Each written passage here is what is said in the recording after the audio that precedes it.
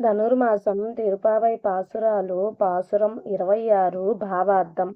ఆశ్రయించిన వారి యందు అధికమగు ప్రేమను కలవాడా, ఇంద్రనీల సమన్విత మాణిక్యవర్ణం కలిగినవాడా, మార్గశిర మాసమునందు స్నానవ్రతము నాచరింపదలచితిమి. మా పూర్వీకులను ఇట్టి వ్రతము ఆచరించి ఉన్నారు.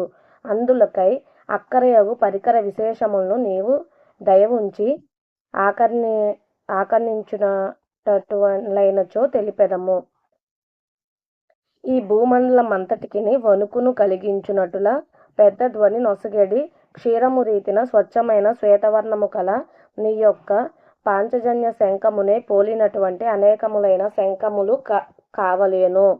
మంగళకరములైన గానములను ఆలపించడి గాయకులు కావలెను.